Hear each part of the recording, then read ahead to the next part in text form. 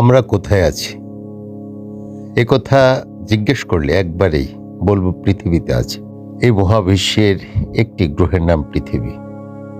কিন্তু এটি যে পৃথিবী আমরা কি করে বুঝবো?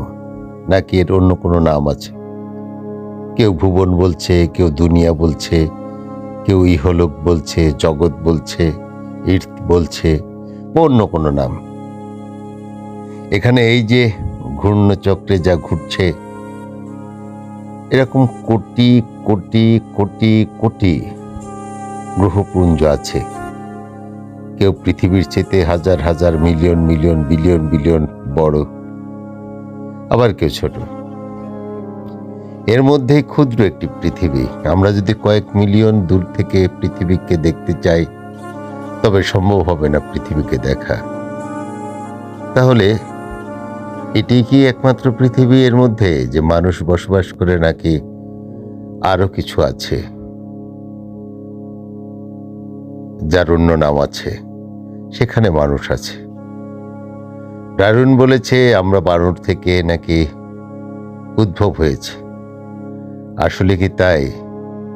নাকি মানুষ অন্য গ্রহ আছে, মানুষের গ্রহ আছে, সেখান থেকে মানুষ এখানে এসেছে কোনো কৌশলে বা সৃষ্টিকর্তার কোনো অপার মহিমায়? তাহলে আমরা কোথায় থাকতে পারি? পৃথিবী এই মহাবিশ্বের কোন পাশে? এই মহাকাশকে কি নির্ণয় করা যায়, মাপা যায়? কে বা মাপবে? কেউ কি মাপতে পেরেছে? সেই ব্যক্তি বা কে? উত্তর জানা নেই। আশা করি এই উত্তর আপনিও দিতে পারবেন না। আমরা ক্ষুদ্র একটি পৃথিবীতে থেকে কত বড়াই না করছি, কত অহংকার বুকের মধ্যে পুষে রেখেছি। প্রতিহিংসা করার জন্য মুখ সবসময় খুচখুচ করছে। জানি না আমরা কোথায় হারিয়ে যাব। ধরুন আপনাকে যদি বলা হয় আপনি পৃথিবীতে আসলেন, কিন্তু কোত্থেকে আসলেন? আপনি এর আগে কোন গ্রহে ছিলেন? আপনার কি আধ্যাত্মিকে চলে যাবেন লালনের কাছে? ছিলাম কোথায়, এলাম কোথায়, আবার বা আমি যাব কোথায়, এমন? আপনি কি আপনাকে খুঁজেছেন যে আপনি পৃথিবীতে আছেন না অন্য কোথাও আছেন? এই গ্রহের নাম আসলে কি হতে পারে? সৃষ্টিকর্তা কি এই পৃথিবীকে পৃথিবী বলে আখ্যায়িত করেছে নাকি না? আমার হাজারো প্রশ্ন থাকতে পারে। এই মহাবিশ্বে আমরা ঘুরছি গ্রহের মতন, যার যার কক্ষপথে। দিন শেষে বা শেষ না হলেও পৃথিবীতে কেউ কারো নয়। যেমন গ্রহগুলো কেউ কারো নয়, যার যার কক্ষপথে শেষে ঘুরছে, অবিরাম ঘুরে চলেছে।